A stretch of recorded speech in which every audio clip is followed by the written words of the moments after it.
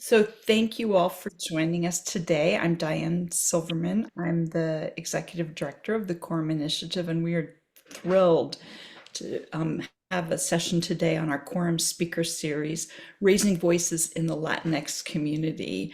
María José Ramírez Braiz um, is the CEO and founder of Lo Cuento News, also the founder of Latinos Connect, and is a contributor to CNN and Univision. And she was the inspiration for this session because of the amazing work that she's done since coming from Venezuela and doing a lot of work in the her community in Missouri, where in St. Joseph, Missouri, where Quorum has a chapter. Also, our moderator, Gurjot Sidhu, who is the global head of digital marketing for CB Richard Ellis, or CBRE, excuse me. We want to thank you for participating as well. So with that, just as a reminder, we are recording this session and we'll be sharing it with you all afterwards, as well as a link to Maria Jose's news organization, as well as her consulting group. And if you have any questions, if you put them in the chat session. And with that, I'm going to turn this over to Gurjot and Maria Jose. So thank you both. Thank you. Thank you, Diane. Maria Jose, such a pleasure to have you with us at Quorum Initiative today. I'm so excited to spend some time with you and learn more about your personal story. And I'll jump right in and start off with a question. And it's a pretty broad question, so you can maybe pick a part of it and then we can dig in a little more detail. So just wanted to say, like, could you tell us a little bit about your journey and how you got to where you are today? Well, thank you for being here for extend an hour with me is an honor the people thinking about. So, and if you don't understand my accent, please put it in the chat and I repeat something is nothing that will be offending anybody. So with that in place, my journey is really I say unique in one part, but no different than many in others. I am from Venezuela. I was living in Venezuela. I moved to the States in 2009. I was unable to, when I moved here, I didn't speak English at all. I always say that because people thinking that I did, and I didn't. And the unique part is that I always have the opportunities that many people didn't have or don't have even right now.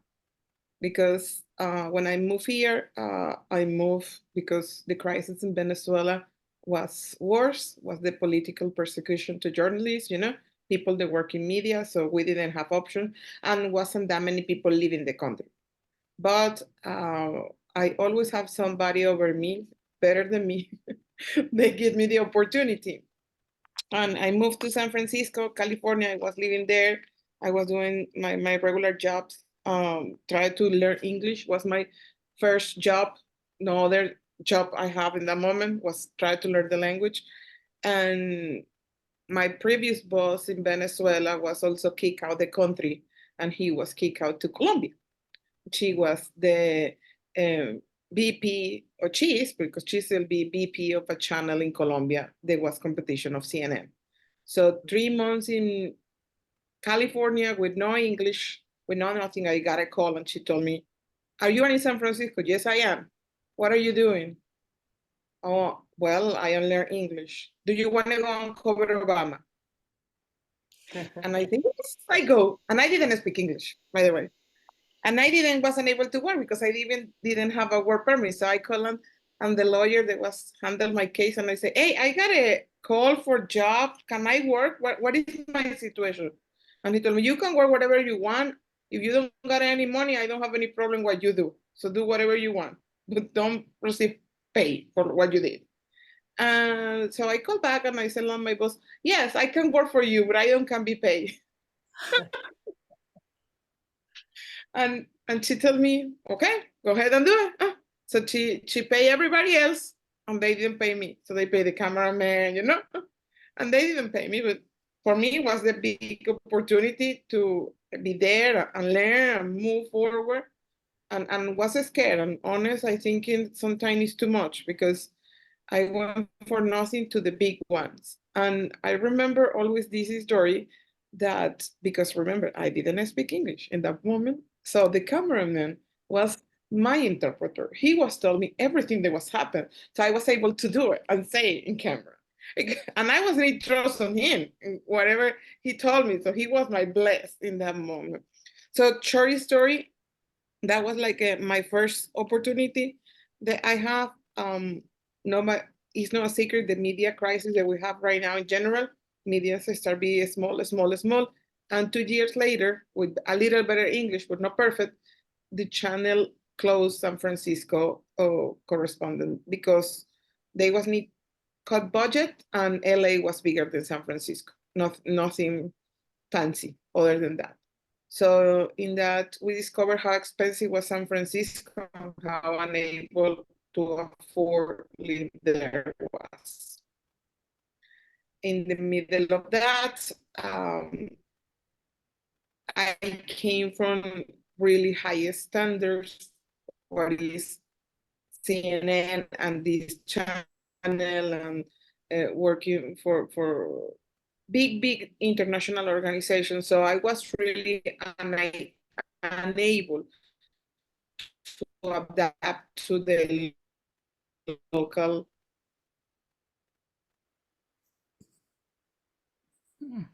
I think we lost the We've connection. lost you for a second, Maria. I think you've frozen up. Oh, technology. Blame it on the eclipse. Yeah, there you go. I was just talking about that. Yes. Let's see, Maria Jose. I wonder if it would help if you called in. What do you think? Any suggestions? Yeah, I think at some point she'll realize that she's not lost connection, and hopefully we'll dial back in. Mhm. Yeah, I bet she'll come back in. In the meantime, I'll say that Maria Jose has already really inspired us at Quorum. With at her suggestion, we're beginning a series starting this fall of leadership sessions in Spanish for native Spanish speakers. So, and, this is one of the many ways that Maria Jose is a driving force in her community and in the hello, Maria Jose. Can you hear us now? Yeah, the connection a little so. Everybody was Yeah. yes. I'm wondering and everything was frozen. Yes. I wonder if it would be better if we turn off your camera and hear your Can voice. you hear me?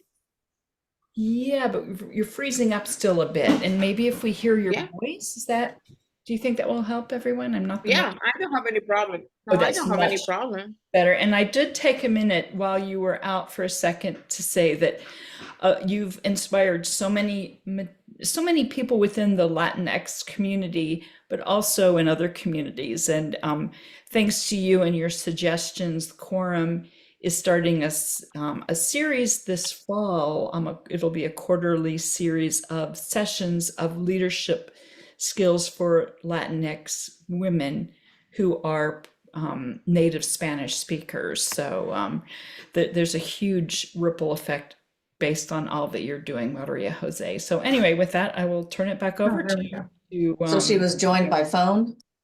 Yes, or actually, Maria just turned off her camera because I'm thinking maybe we're getting better reception that way. Am I? Yeah, So I do anyway. what you are the boss. Yeah, So to bring us back to the conversation, I think where we lost you, you were just talking about the shift from San Francisco, that the business was cutting back in San Francisco. And just wanted to comment on one thing quickly as you just continue to share your journey with us, which is that's some pretty incredible resilience that you showed. One, having to flee a country that you're being persecuted in, 2, go to a country where you don't speak the language, and then 3, take a job for no money while you're trying to build up your skills. So I just really, I'm so blown away by your resilience. And, please do continue the story. We'd love to hear a little bit more about your journey and how you got to where you are today. Yeah. Well, let me make a little point here. I really choose United States because I was thinking that if I failed, I want to come back with something extra. No, I spend all my money and my energy. So if something was wrong, I want to come back with extra skill, and English was my extra skill that I want to bring home if I was need to come back. So short story for Trevi, not take too much of your time. I moved to San Joseph as a temporary place because my husband likes big cities, and we say this is a temporary place until we move to the next one. So when I was here, of course, I was learning more English because this was more English speaker area than San Francisco. So you have more solutions there and more diversity there. And in the middle of that, the crisis of Venezuela increased. And what happened to me a couple years before it started happening to hundreds, literal, of journalists. And they was need to leave the country, and they start contacting me and ask me questions. What are you doing? How do you did? Try to have the support. And in that process, because we was moving here temporary, I created Lo Cuento News in order to maintain temporary my resume alive. That was the goal. And in this process, what was maintain my resume alive came to be maintain the resume of 100 journalists in 20 countries. So everybody was wanting to try to figure out how to maintain live the resume. And I think it was more like a coach say, hey guys, you are continue to be journalists. Hey, you don't are what you are in different countries, because the luckies that I have, not many they didn't have. So you have people, we have right now one journalist in Colombia, for example, that really, really good journalist in Venezuela with big profile, everybody know, and she was serviced in a coffee shop in Colombia. So the frustration was huge. She was unable to do nothing, and she was using her day off in order to go and cover news for us. So maintain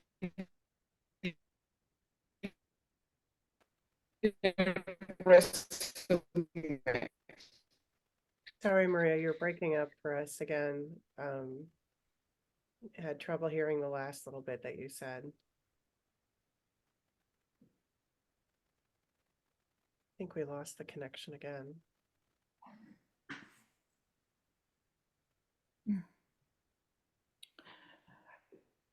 I wonder if Maria Jose calls in instead of even does the video portion at all. Yeah, maybe a dial-in would be better. Any message? Can you hear me now? Yes. Yes. I don't know. I'm sorry. My internet usually is good. I don't know. Maybe the clips. So, Yeah. so during the pandemic, what happened is I was volunteer. I was working here. Talking and like it's coming and it. No? Yeah, Can you hear me? we can hear you. Okay. So during the pandemic, I work in the school district here local, where was the big connection with the community. I learned a lot. And when the pandemic hit, I realized all the issues that we have here. And the issues was big and really huge. And in the same time, I was seeing exactly the same story of these journalists outside here. Well, I am a doctor, but I am working in a factory. Well, I was accounting, but I am a waitress. And I was seeing over and over and over these stories. I remember one guy from Africa, actually, that he applied for the lottery visa. He got the lottery visa. The lottery visa required him to have a degree in order to get it. So he was expected to be able to apply his degree here, and he was here lost. So in all these process, I talked with my team of journalists, and I told guys, It's a lot of stuff that's happening and I want to do something extra. And my team say, let's do it. We need to start doing something as you say it. So they support me and say, go and do it. And the second was with my husband, because I say that I moved from a country because I wasn't able to speak. So I don't will move to a new country and be quiet.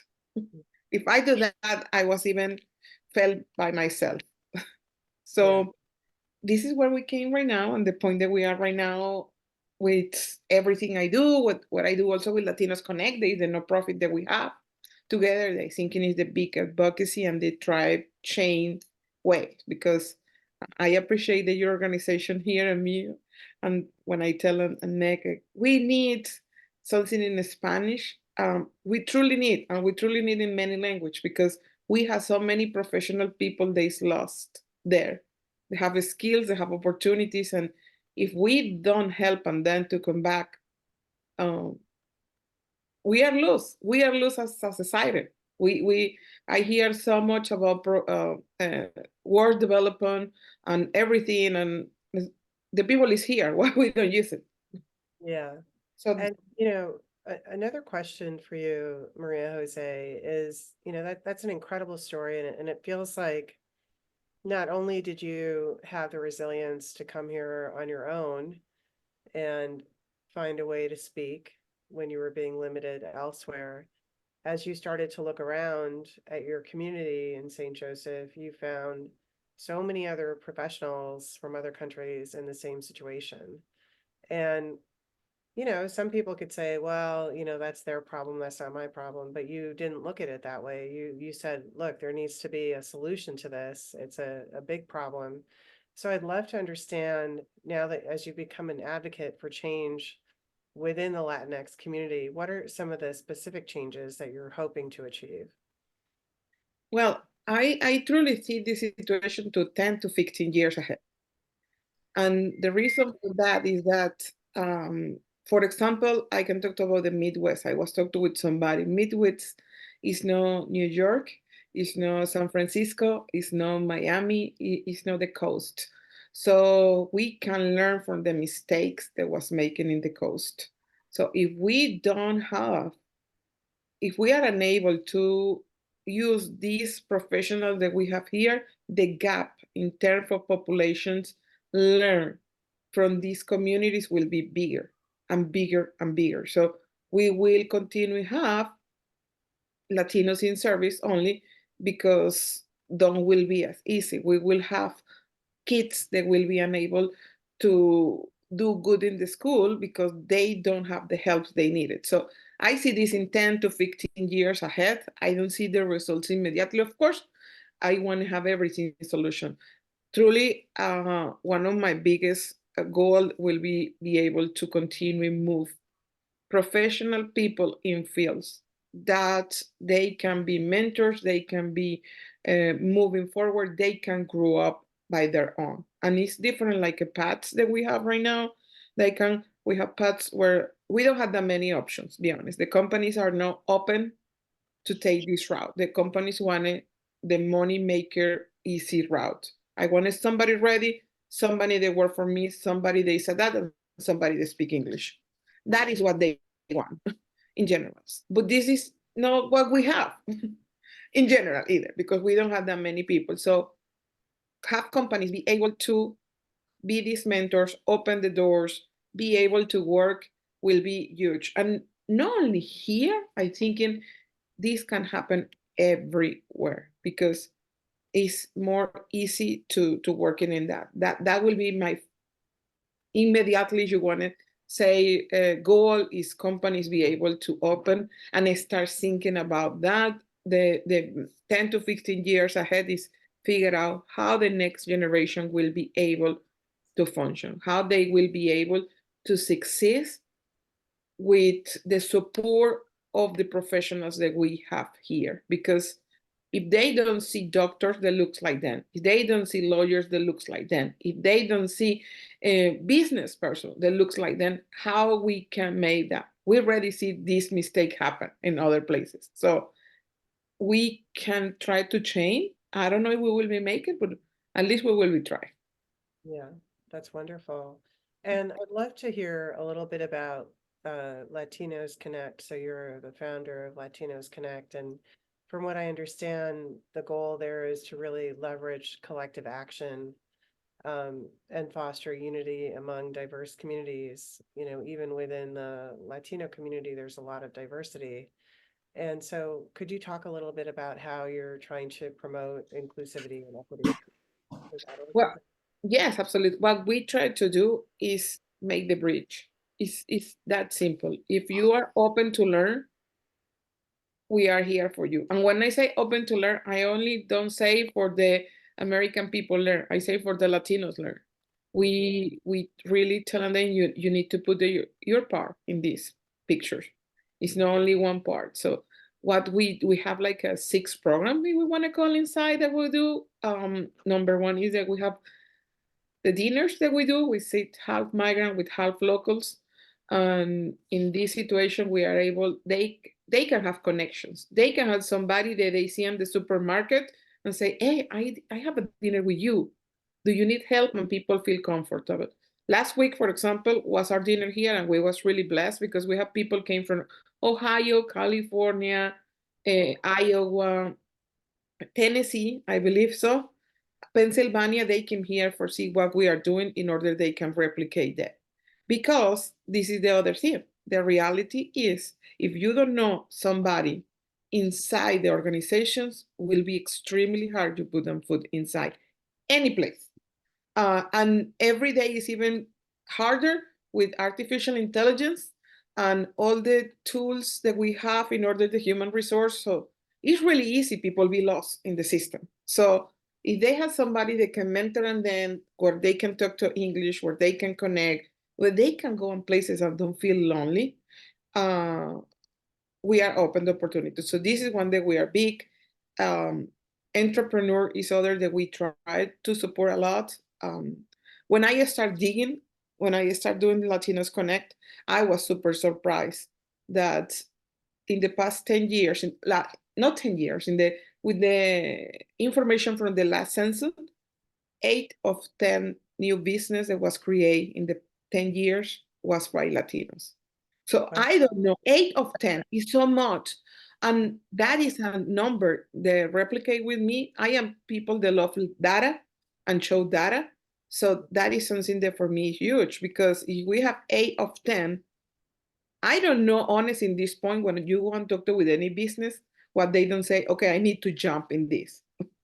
Yeah, yeah, So for sure. entrepreneur is something that we try help on the people. It's not easy.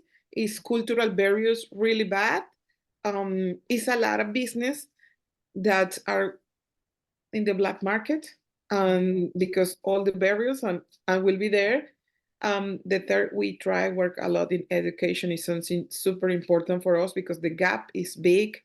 And I truly, truly believe the only way we can educate our new generation is use the professionals that we have here in Yeah, everything. Because if we don't use that one, that group will be unable to serve everybody else. And I think these are our biggest focus that we have. And of course, advocacy and open, and every place we go say, hey, what do you thinking about the Latinos? Hey, this basic question, like what I did with Megan, was probably 3 minutes to say, do you have something for the Spanish people? I always ask him that. And try open the doors for yeah, them. Open the doors, bring the people, put the people in the tables, and they can feel themselves, because sometimes we need even the motivation to see that we can come back for the place they are right now. If they don't see themselves again, with as a business owners, if they was business owners, as a lawyer, if they was lawyer, as a nurse, if they was a nurse, they are there lost. yeah, you're really just providing an incredible sense of vision for people, a sense of a path forward. You mentioned the word bridge. Like I see that, you know, you're really creating a bridge for people to try to see themselves in these roles, despite all the challenges that they're up against, to try to get there. And we have a question in the chat, which was, has local higher education institutions been involved in supporting your initiatives and creating connections with local businesses? It's not that easy. I think it's a lot of places that are together. We have one story that we did, again, with this pushing, and we are really happy for that one, that we right now have one person, a mechanical engineer that doesn't speak English, working at the university. Is the only thing that we have right now that I can say, and took us 2 years for that happen. 2 long years and she's working in the janitorial. The only difference is, and we don't have a problem with that, because what we say is that I don't have a problem that you give a basic job somebody if you are able to, number one, acknowledge the skills they have. Number two, have a plan for them to move forward in 3 or 4 years, because we know that both things don't can happen. And we know the business need to have people ready, but we need this path. We need this way how to move the people from basic jobs to more professional environments, and in this professional environment try have the support to move forward. So we have one, we don't have that many. I think it needs a lot of regulation. I think in what I see here, the business community completely don't see it. They are more in the, we need to fill this place right now and we need all these skills right now, but they don't are thinking in 10 to 15 years ahead. Yeah. I am thinking in 10 to 15 years ahead. Where we will be in 15 years if we don't have, the gap will be bigger. You will have a more manufacturing, where is this area, employees in the base, because we will have kids that unfortunately they don't are prepared in the school, and they will do the basic, and we will have more white leadership. So Yeah. we don't have a path for really moving that direction. It's a stuff that will change in the coast happen, but took 30, 40 years. It's really interesting, Maria Jose. It's fascinating what you're sharing. Like you've mentioned a few times, the gap, right? That if we don't take action now, that gap will just keep increasing because there's no sense of an automatic understanding. And like what you mentioned about the companies, their focus from what you're describing is on, I need this skill set, I need it now, versus how do I create a pipeline of capabilities from a group of people that hasn't been seen before. And, I'm curious to know, have you had a chance to think about, and you've done so much, so I don't know if you've gotten to this part of it yet, what are some of those initiatives that can be in place to open the eyes of the corporations? Because it seems like that's like the biggest risk, that if those eyes don't get open and programs don't get started, that gap will just continue to grow. We take any opportunity that we have for open that. I always say that I can change brains, but I can open eyes. So we can change how they thinking. We can go and tell them what is happening, but that is the problem, that and that many corporations are not ready or make the change, and go for the little change until the big change. And also, be honest, it's also a political game. Right now, if you try to do something, automatically you are to one side or the other. So companies are trying to be extremely careful to figure out how to do the stuff. I want to be, I will mention one company that I know. For the Spanish Heritage Month, I have somebody that they work in Uber, and I was asking, hey, are you doing something? Well, they stopped doing everything outside because they don't want to have problems. They did everything inside. So it's maybe people that will be more open, but are so afraid of what can happen if they do something. For that, I also say data is the big support for this, because I don't talk too much about diversity, inclusion, and engagement. I do, but I don't focus too much on that. I focus in data, because when you see data, the data is clear. The change is already happened. That is something that we can control. That already happened. So how happen is the only thing we can. How will be this good or bad is the only difference that we have. So show data, tell them that Right now, for example, is again, it's politics, I know, but they many times they don't even have a data. You asking them, then how many employees do you have? I don't know. How many do you thinking do you move from your line to the top? They even don't have a plan, a pipeline plan for that.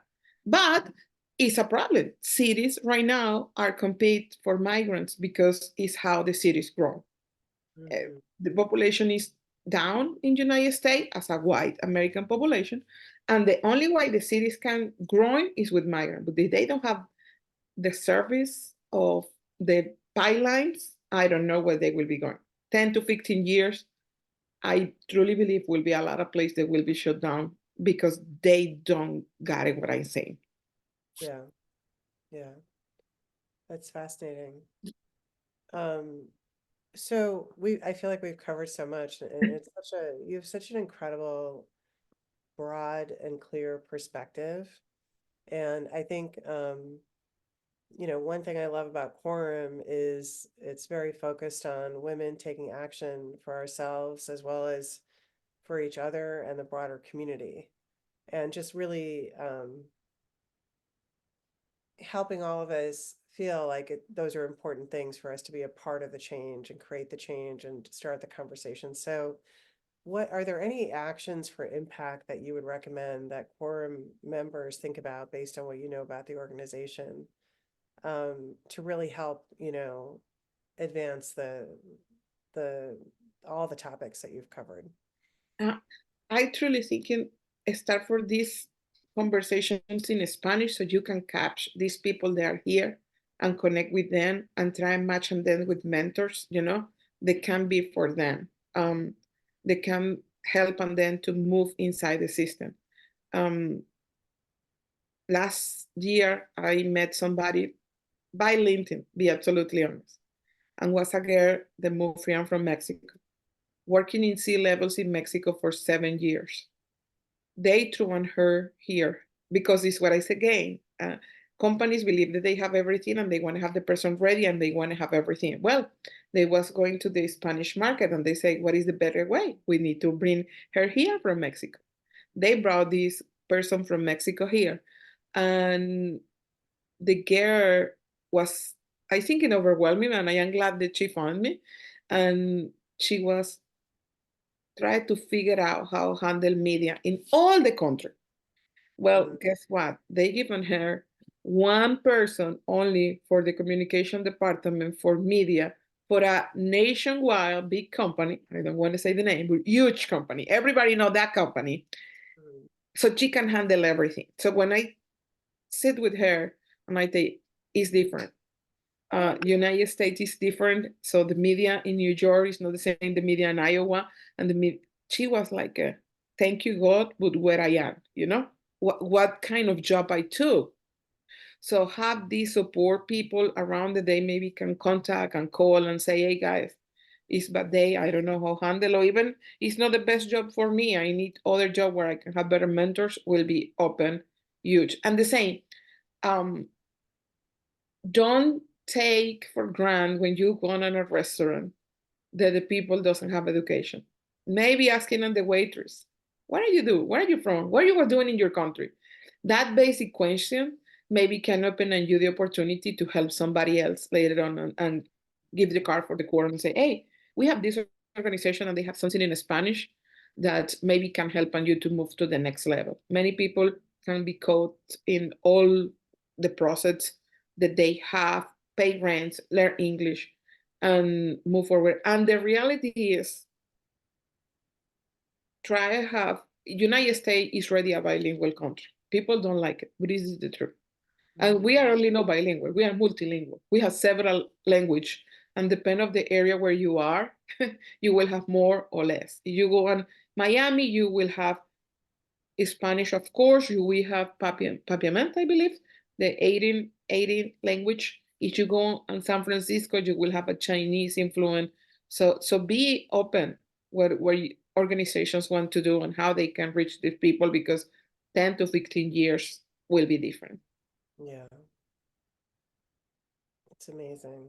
Are there any additional questions from the members who are on the call?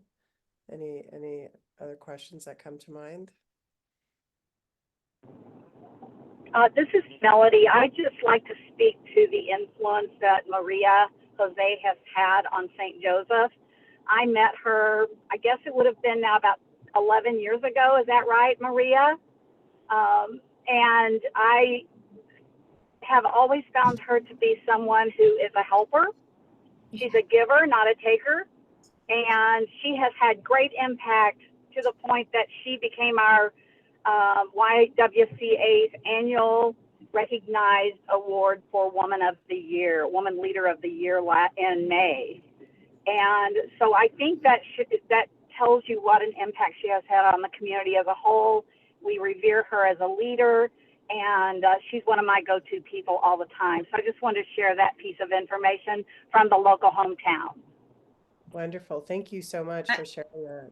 I want to say two things because yes, I say that we have a lot of hard time here, but we also have people like Melody, like Natalie, that are bill helpers. They know the community. They know the hard issues. They open the door for us many times. Many times these doors don't are like we want, but the good thing is that we can have good conversations in this group. And what I say, we can be honest and frustrate and okay, let's do it for the other route. Let's try for here. I love that because this is also important. They was in leadership position and they are like Natalie, they know more than people that I know. So they many times are able to tell me, no, Maria, this don't will be working. Don't try. Or they can tell me, well, let's try and see what happened. So not everything is bad. I think we are doing great stuff. I think what I will say is the frustration is that I thinking we can be so good. I always say that we can be the Dubai, I don't know, the Midwest in terms of migrants in general, in all the regions, and learn from the mistakes of the cost that they have and they pay the price. And many are suffering right now, but so I want to say that. And with the rewards, that is also other that you can do it. That is something that we do all the time. We always now nominate people for rewards. We was lucky enough that they did to me, well, I appreciate, but guess what? We have 2 new Latinas this year. Because any place that we can go and show up, we try to show up. That doesn't mean that we'll be win, but we will have somebody of us there with the name and show the skills and offer the opportunity. So that is something that you can do it for help these Latinas. If you are in any place that you're thinking they can fit, you can help.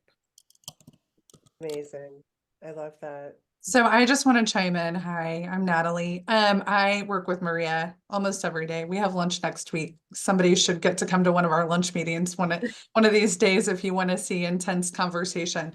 Maria and I have been friends for a long time.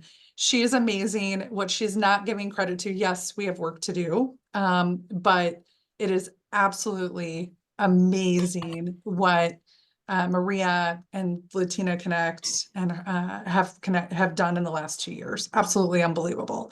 So I would say, if anything, just remember we have work to do, but don't forget, Maria, to reflect on what you've accomplished, because it's truly outstanding, even for a conservative Midwest community. I'm proud of you every day, and keep up the good work. Love you, sister.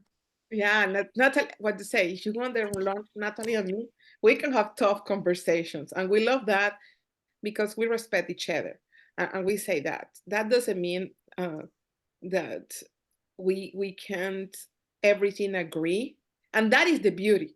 I think, and this is one of the big of beauty that that make a lot. And be honest, I know that we don't have too much time. I need to give to Natalie because Latinos Connect started 2 years ago, but I was really quiet, advocacy, go and talk to with people, extremely quiet, have conversation private.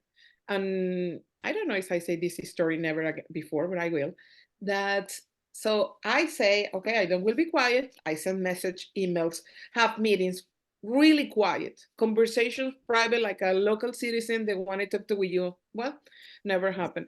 I remember when they mentioned that she was going to be the CEO of the the president of the Chamber of Commerce. And her face for me was familiar because several years ago when I working in the school district, well, we didn't have too much and was a little bit, and we did a party for our kids. And this party was all kids Latinos. Everybody speaks Spanish, nobody moving. And the only white person that was there was Natalie. So that was, I never forget her face under her kids, and her kids play with the piñata. When I saw that, and I never forget her face. I don't know too much about her, but it was a face that you never will forget because she was in this uncomfortable situation where nobody speaks her language, when she was the only one, and she was there with her kid, and her kid had fun.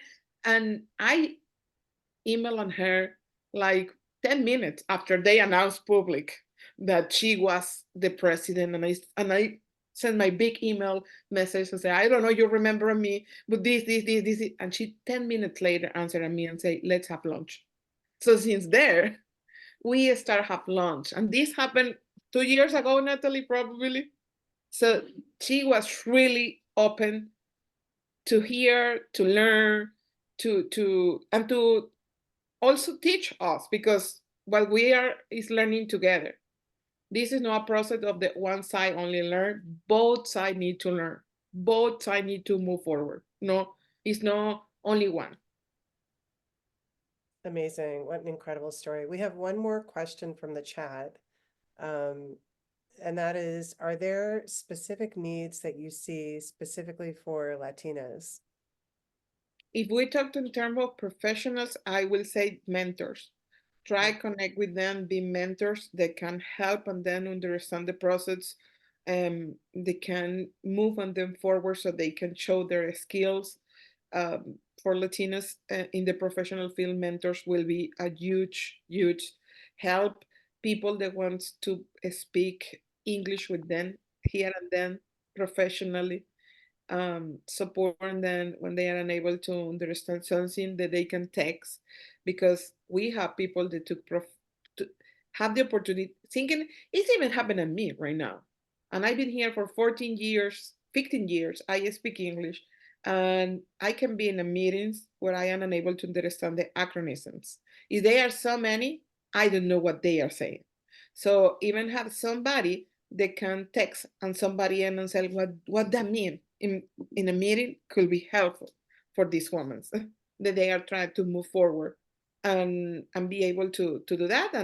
And you know, somebody that I love to this part. If you find a waitress, if you find somebody that's cleaning home, believe me, you will find, and you know that they are professional, tell them then go with me in my next professional meeting. They will dress up, they will be with you, and they will feel like I can be here.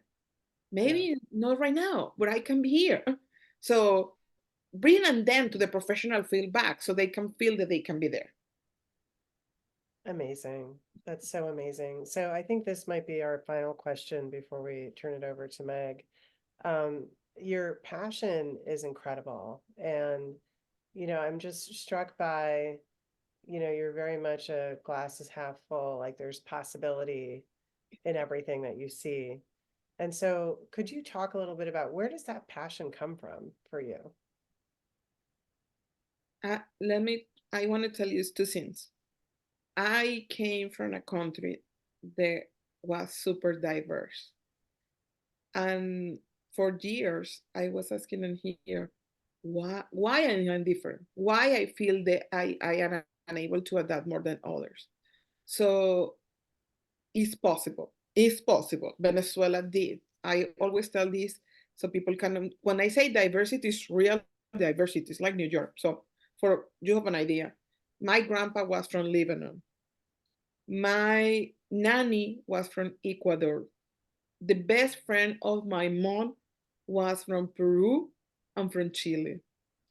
My neighbor, best friend, was for Spain. My best friend, her parents are Chinese. My dad have bosses from French, from Argentina. I have employee for me, their parents was from Colombia. We have my grandpa worked in the American oil field with the Americans. So this was my circle. Yeah. we don't talk to a bigger circle. So this was my circle. Don't go farther. So my circle was super diverse. So for me, that is the part. And the second is that somebody asked me the other day, why you do that? My question is, why not? That is my question. Why not? If we know that something can be different and could be better, why don't go in that way? So I'm thinking that, and I moved here because I was need to leave my country. I can come back to my country. So it's not a person that can go on vacation until the situation change in my country, maybe. And we never know if it will be changed, be absolutely honest. So my life is here. And the time I will be here, I will be put my 100%. It's people that told me, Maria, I know you don't will be in St. Joseph forever. What are you doing? Because I live here and I need to use all my skill here. I am 100% here. I don't need to, because I don't will be living here, I don't will do nothing.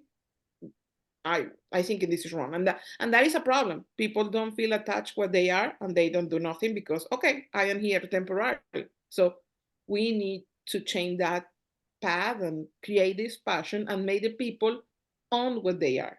That happened a lot with migrants. If they don't feel connect, they don't will care. Yeah. Wow, I'm just so grateful to have had this time with you, Maria Jose, and thank you for letting me ask you these questions. I feel like we all learned so much. We Feel incredibly inspired by you. I'm going to pass it to Meg now, maybe for some closing thoughts. And I appreciate the time.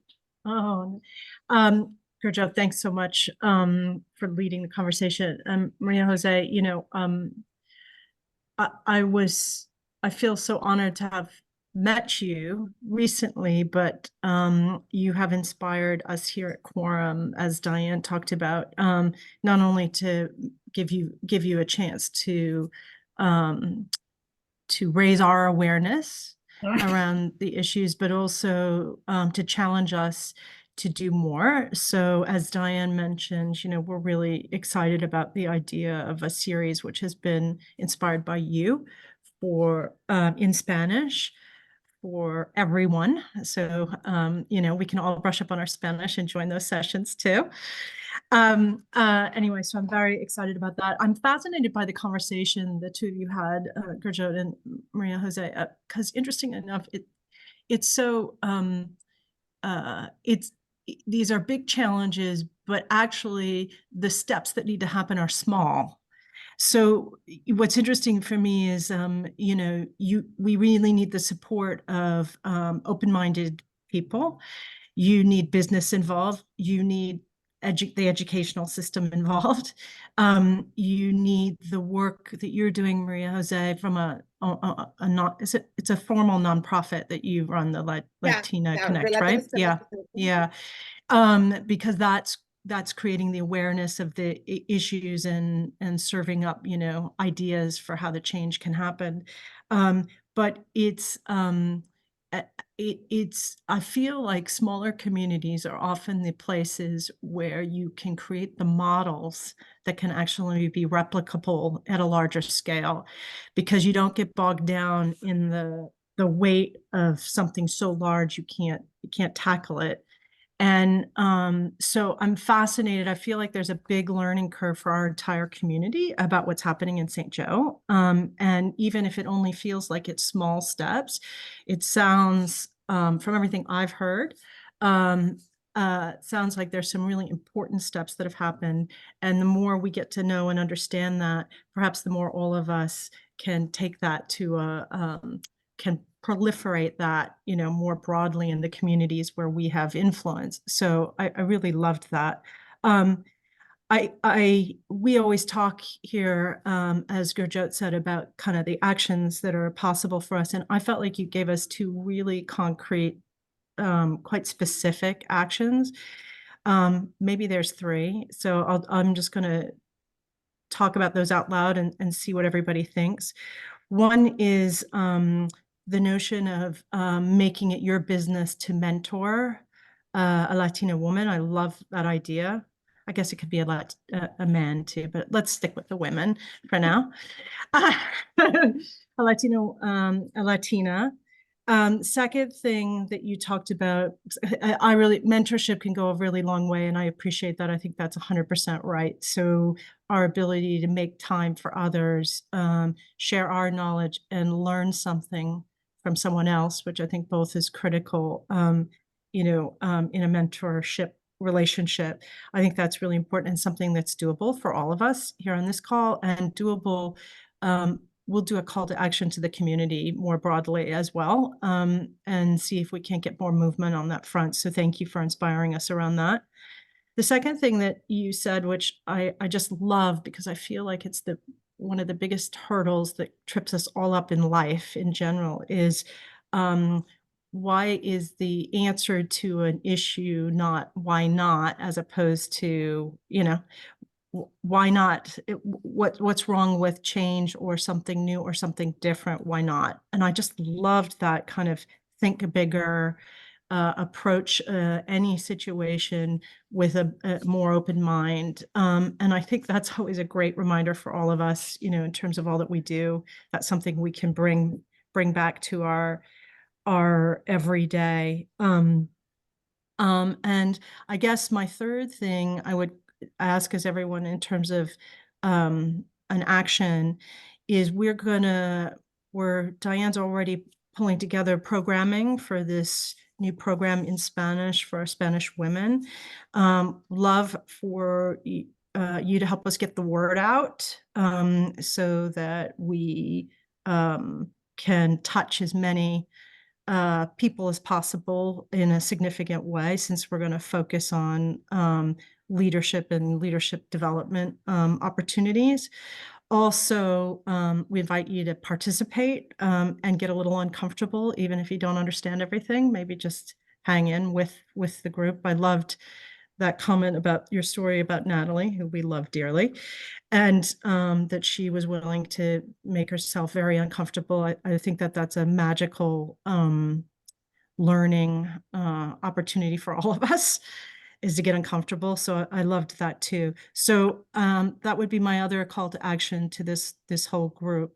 And I think those are all doable, right? We can get those done as a group. And like I said, we will make sure to do a call to action to the larger community. Maria Jose, you have to continue, besides inspiring us about this new program that we're going to run.